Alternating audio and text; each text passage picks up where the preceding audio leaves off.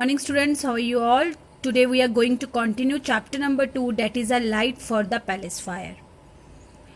Whatever we have read in this chapter, we will revise at the last. So let's start reading from here, bacha. The messenger did as the little girl said. Messenger ने same वैसे ही किया जैसे कि उसको little girl ने बोला था. क्या बोला था लिटिल गर्ल ने? You warm yourself, take a rest and have a bowl of porridge. तो उसने बोला था पहले अपने आप को वार्म कर लो, एक बाउल खिचड़ी का खा लो and then you go out and then you take coal as much as you need for your palace. So same उसने मैसेंजर ने वैसे ही किया.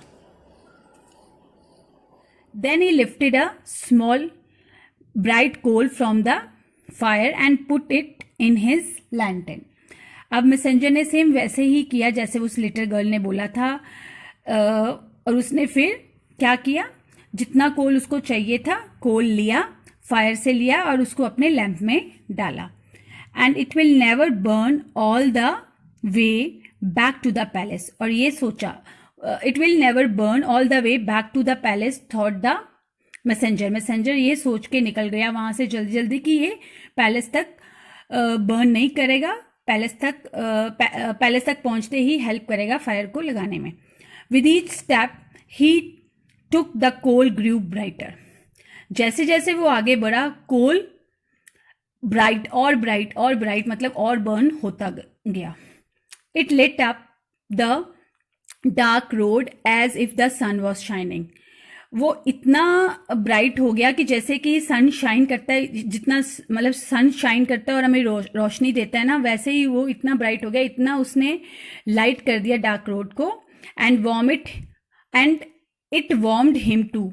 इवन उसको गर्माइश देने में भी वो हेल्प की. आपको मैंने बताया था ना कि सर्दियां चल रही थी, बहुत ठंड थी, तो उसकी हेल्प से वो वार्म भी रहा.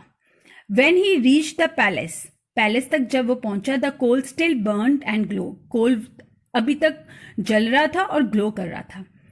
As soon as he touched it to the grey logs in the fireplace they burst into flames. जैसे ही उसने उस कोल को फायर प्लेस में डाला तो वो फायर उससे चलने लग गई, फायर स्टार्ट हो गई जलना. The fire once again warm the palace फोक.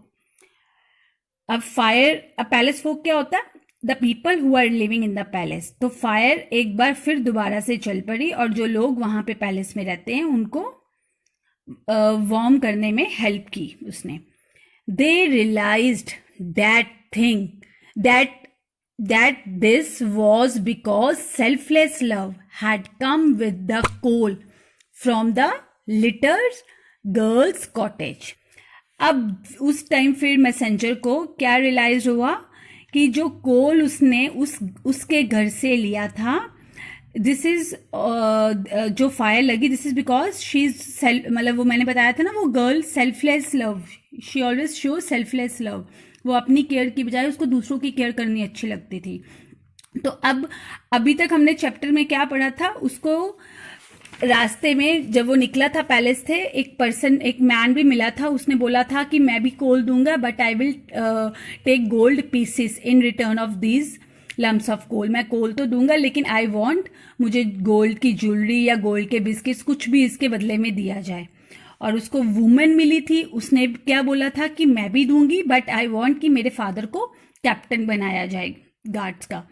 सो वो लेडी और उस पर्सन ने कुछ ना कुछ उसके बदले में बोला था कि हमें we want in return of those coal. तो हम कोल तो आपको देंगे बट उसके बदले में हमें किंग से ये चीजें चाहिए. बट इस गर्ल ने कुछ भी डिमांड नहीं की थी. She just feel that the people who are living in the palace they are feeling cold and they need the कोल.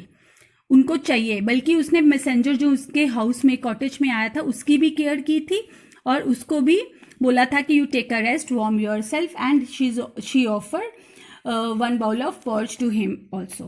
तो मीन उसने उसकी भी केयर की थी. So this girl show the selfless love without any, उसको कुछ लेना नहीं था कि वो किंग से इसके बदले में कुछ लेगी, then I will give you coal.